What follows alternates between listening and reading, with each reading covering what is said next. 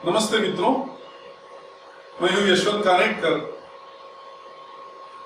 अब तक हम लोग देख चुके हैं कि फंक्शंस लिखने का फायदा क्या है। हमें दो फायदे हैं, एक तो कॉम्प्लेक्सिटी अच्छे से मैनेज होती है, दूसरा फंक्शंस हमें रीयूज मैकेनिज्म प्रोवाइड करता है।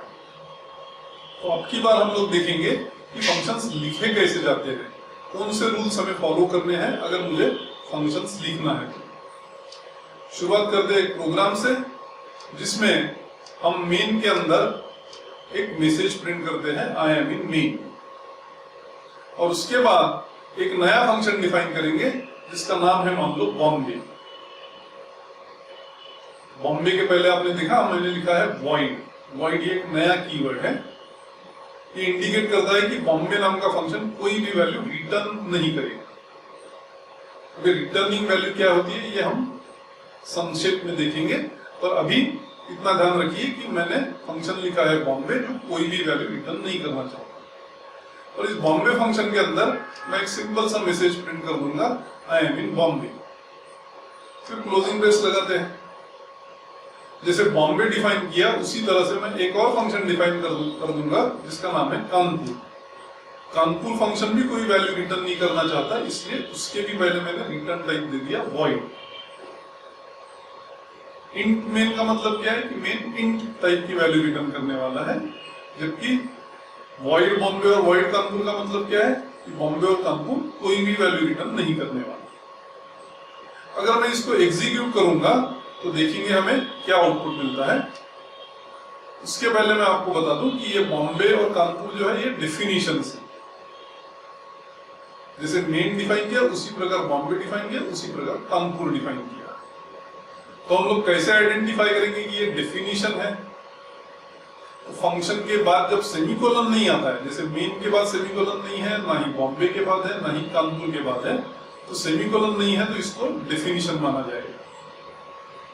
अब आउटपुट अगर देखूं मैं तो मैं चाहता हूं कि आई एम इन मेन प्रिंट हो, मेन का एग्जीक्यूशन खत्म हो जाएगा, फिर बॉम्बे का चालू होगा। चालू हो पाएगा? नहीं ना। क्यों? क्योंकि जैसे ही I am in main print हो जाएगा, क्लोजिंग ब्रेस ऑफ मेन पे पहुंचते से ही एग्जीक्यूशन प्रोग्राम का बंद हो जाएगा। उसी प्रकार हम लोगों ने मेन को सीखा है, जब भी क्लोजिंग ब्रेस ऑफ मेन पर पहुंचते हैं तो एग्जीक्यूशन ही खत्म हो जाता है। तो अगर मुझे चाहिए कि बॉम्बे और कानपुर भी एग्जीक्यूट हो तो मुझे कुछ कोशिश करनी होगी उसके लिए, और वो कोशिश कहाँ करनी होगी? मेन के क्लोजिंग ब्रेस के पहुंचने के पहले। इसलिए आप देखेंगे अब मेन के नीचे मैंने प्रिंटफ के बाद लिखा है बॉम्बे, और बॉम्बे ओपन क्लोज पैरेंथेसिस के बाद सेमीकोलन दिया है। जैसे मैं सेमीकोलन देता हूं इसे कहा जाता है फंक्शन कॉल। तो बॉम्बे कॉल कर रहा हूं, उसी प्रकार कानपुर भी कॉल कर रहा हूं। ये दोनों क्या हो गए? ये दोनों हो गए फंक्शन कॉल्स। तो हम लोगों ने फंक्शन डिफाइन किए हैं, हम लोगों ने फंक्शन को कॉल भी किया है। फंक्शन में एक और चीज जरूरी होती है कि आप फंक्शन का प्रोटोटाइप डिक्लेरेशन करें, और वो करना होता है मेन के पहले।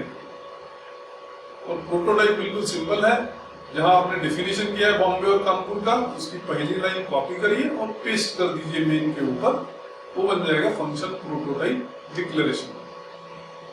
फंक्शन प्रोटोटाइप डिक्लेरेशन क्या इंडिकेट करता है कि इस प्रोग्राम में मैं फंक्शंस डिफाइन करने जा रहा हूं, बॉम्बे और कानपुर इनके नाम है, और वो कोई भी वैल्यू रिटर्न नहीं करना चाहती, इसलिए वॉइड है।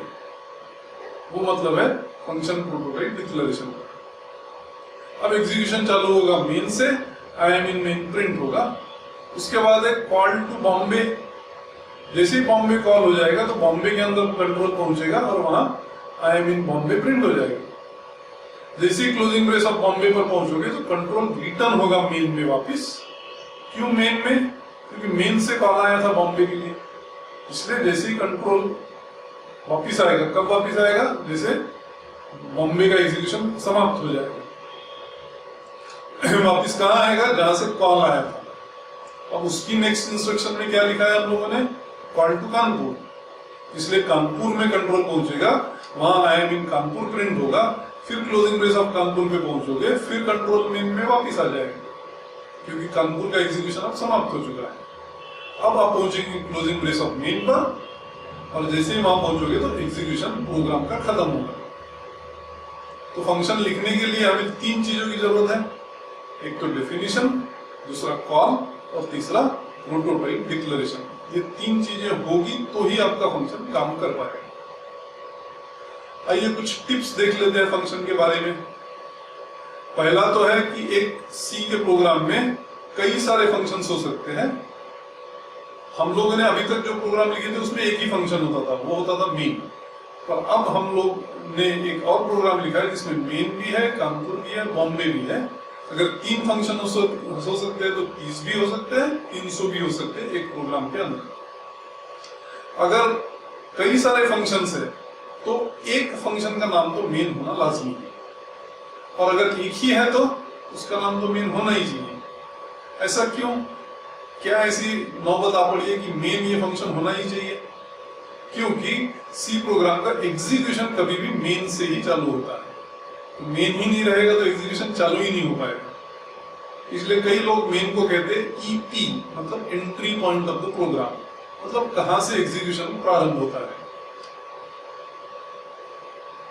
अब प्रोटोटाइप डिक्लेरेशन जो होता है ये जरूरी है before we call the function. तो बॉम्बे और कानपुर को कॉल किया है मेन के अंदर, उसके पहले उसका प्रोटोटाइप डिक्लेरेशन जरूरी है। अब फंक्शन नाम जो दिए जाते हैं वो हम लोगों ने तो मेन, बॉम्बे, कानपुर दिया। ध्यान रखिए कि एक प्रोग्राम के अंदर फंक्शन नेम रिपीट मत करिए। मतलब मेन डिफाइन किया, फिर बॉम्बे डिफाइन किया, फिर से बॉम्बे मत डिफाइन किया, क्योंकि एक प्रोग्राम में फंक्शन के नाम यूनिक होने चाहिए। क्या मैं अक्रॉस द प्रोग्राम्स फंक्शन के नाम रिपीट कर सकता हूं? बिल्कुल कर सकते हो। हर प्रोग्राम में हम लोग मेन लिखते आए, मतलब मेन तो ये नाम रिपीट हो ही रहा ना अक्रॉस द प्रोग्राम। और एक प्रोग्राम के अंदर ये फंक्शन के नाम कभी भी रिपीट होने नहीं चाहिए, वो कभी भी यूनिक ही रहने चाहिए। तो ये हो गई टिप्स फंक्शंस के बारे में। धन्यवाद।